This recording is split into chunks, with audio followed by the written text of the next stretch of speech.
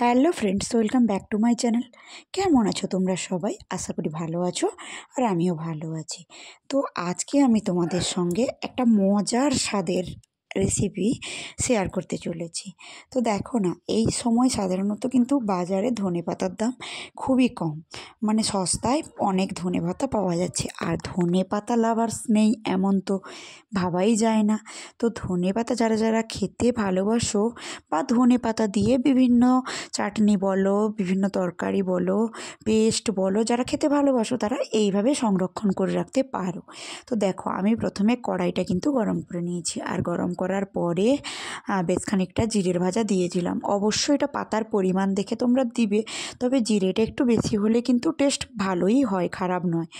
এবার যাই হোক, আমি প্রায় এখানে দু টেবিল চামচ মতো জিরে দিয়েছিলাম, আর অল্প একটু সর্ষে দিয়েছিলাম, ঠিক আছে, কালো সর্ষে, রাই সর্ষে যেটা, দিয়ে ওটাকে এখন গরম হতে দিচ্ছি। আর এদিকে দেখো, আমি তেঁতুলের কাতটা কিন্তু দুপুর নাগাদ বের করে রেখেছিলাম, আর আমি আচারটা বানাচ্ছি কিন্তু রাত্রে। দুপুর নাগাদ বলতে অ্যাকচুয়ালি কী জানো তো, আমি না ভিডিওটা বানাবো বা মানে কখন যে পুরো কাজটা সম্পূর্ণ করে উঠতে পারবো সেটার কোনো ধারণা আমার কাছে ছিল না, কারণ এতটা ব্যস্ততার মধ্যে ছিলাম।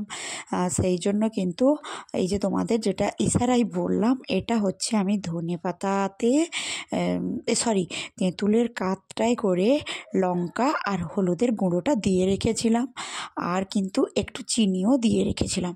বাদবাকি লঙ্কার গুঁড়োটা কিন্তু আমার কাছে ছিল না, মানে অ্যাকচুয়ালি একটা প্যাকেট কিন্তু আমার লাগতো, সেই জন্য তোমাদের দাদাভাইকে বললাম এনে দাও, আর ওই জন্য লঙ্কার গুঁড়োটা তোমাদের সামনে দিতে পারলাম। আর তেঁতুলটার কাতটা কীভাবে বানালাম চলো সেটাই একটু বলে দিই এখন তোমাদের।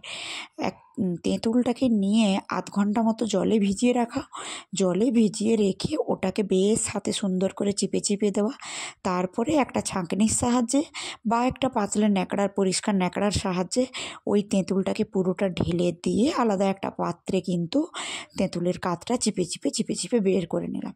এবার বেশ মোটা মতো একটা কাত বেরাবে।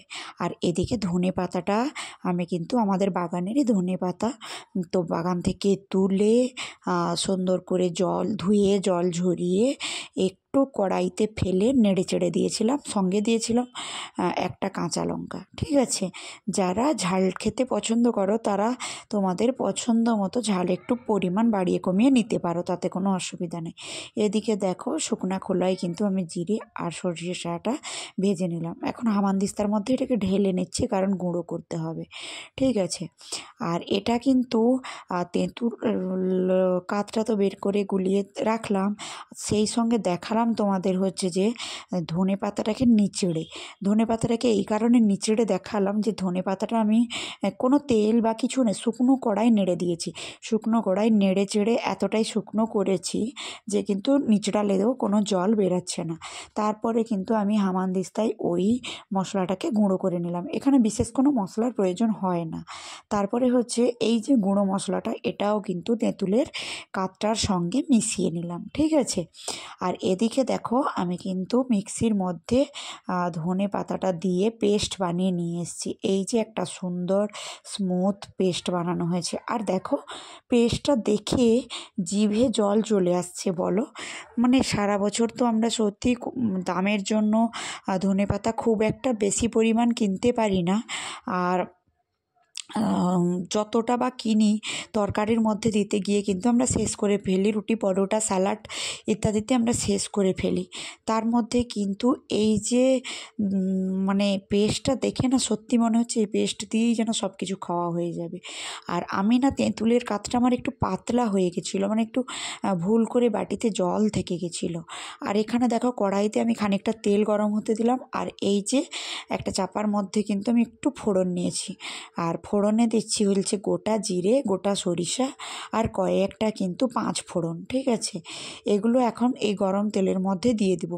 এখানে তোমরা চাইলে শুকনো লঙ্কা গুঁড়ো করে দিতে পারো, যেহেতু এই আচারটা খেতে আমার ছেলে বর এরা খুবই পছন্দ করে। তারপর হচ্ছে বাচ্চা খাবে বলে আমি কিন্তু খুব অল্প পরিমাণে ধনে পাতার মধ্যে কিন্তু আমি একটা কাঁচা লঙ্কা দিয়েছি, আর এখানে আমি 1 চামচ মতো লঙ্কার গুঁড়ো দিয়েছি।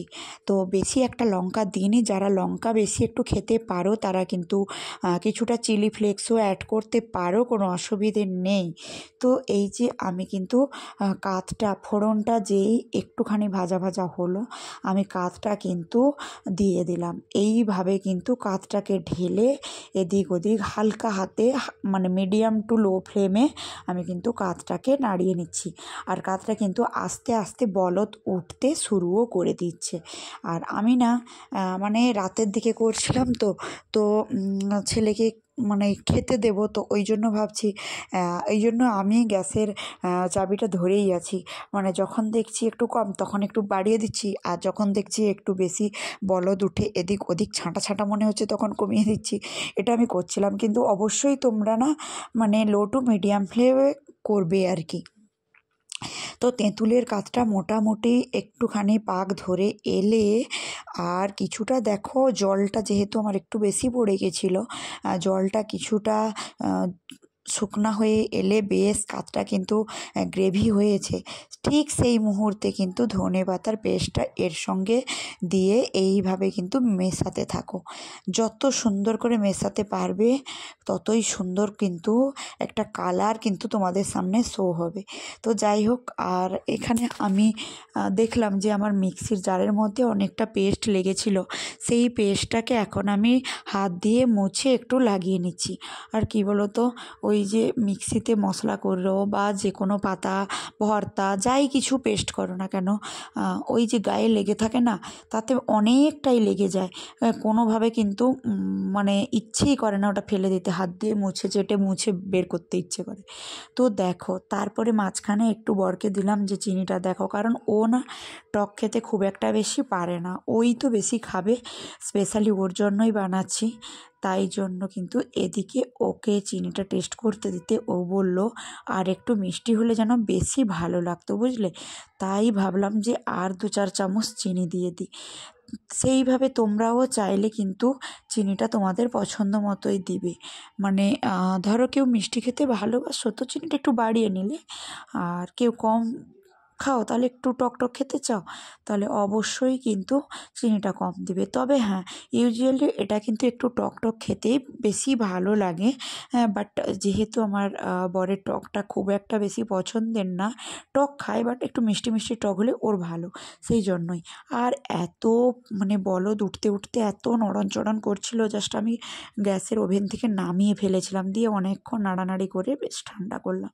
তারপরে আমি রোদে দেবো বলে এরকম একটা প্লাস্টিকের কৌটোর মধ্যে ঢেলে রেখেছিলাম, কারণ এটাকে 2 থেকে 3 দিন আমি রোদে দিব। তো আজকের রাতটা আমি ফ্রিজে স্টোর করলাম। তোমরা চাইলে কিন্তু ফ্রিজে স্টোর করতে পারো অথবা কিন্তু নর্মালিও রাখতে পারো। হ্যাঁ, নর্মালি রাখলে কিন্তু মাঝের মধ্যে রোদে দিয়ে রেখো। তো কেমন লাগলো জানিও। আজকে এই পর্যন্ত, দেখা হচ্ছে নেক্সট ভিডিওতে।